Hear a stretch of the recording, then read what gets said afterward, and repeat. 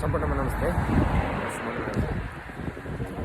अहिले चलिरहेको राजालाई र गणतन्त्र राज्यलाई जुन आन्दोलन छ, अब तपाईँहरू पनि कति आन्दोलनमा नि कतिपय हुनुहुन्छ होला होइन।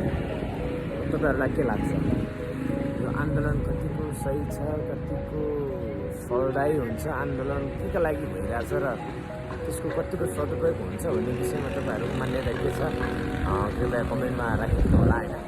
तर अब म अहिले बाटो हिँड्दै गर्दाखेरि कति मान्छेहरू यस्तो पनि देखेको छु कि आफ्नो गन्तव्यतिर जाने गाडी नपाएर बुढाबुढा मान्छेहरू भयो, बालबालिकाहरू भयो, महिलाहरू भयो, हल्का हल्का अब धेरै बिरामीहरू मैले सोधिहाल्छ, थोरै बिरामीहरू अलिक गरिबहरू भयो, गरिब जनताहरू यति दुःख यति शास्ति पाइरहेको छन्। त्यही माथि यो अब इन्द्रायत पठाउहरू पनि चढ्नु सक्ने हैसियतको सबैजना हुँदैन, नहुँदै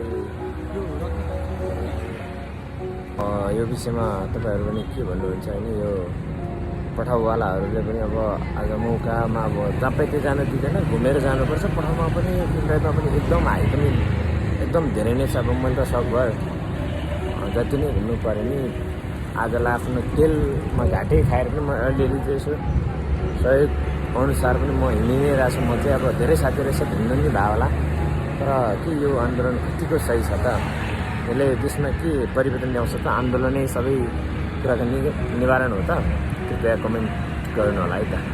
मेरो धारणा दुःख र शास्ति पाउने मात्र काम हो यो आन्दोलन जस्तो लाग्छ मलाई चाहिँ।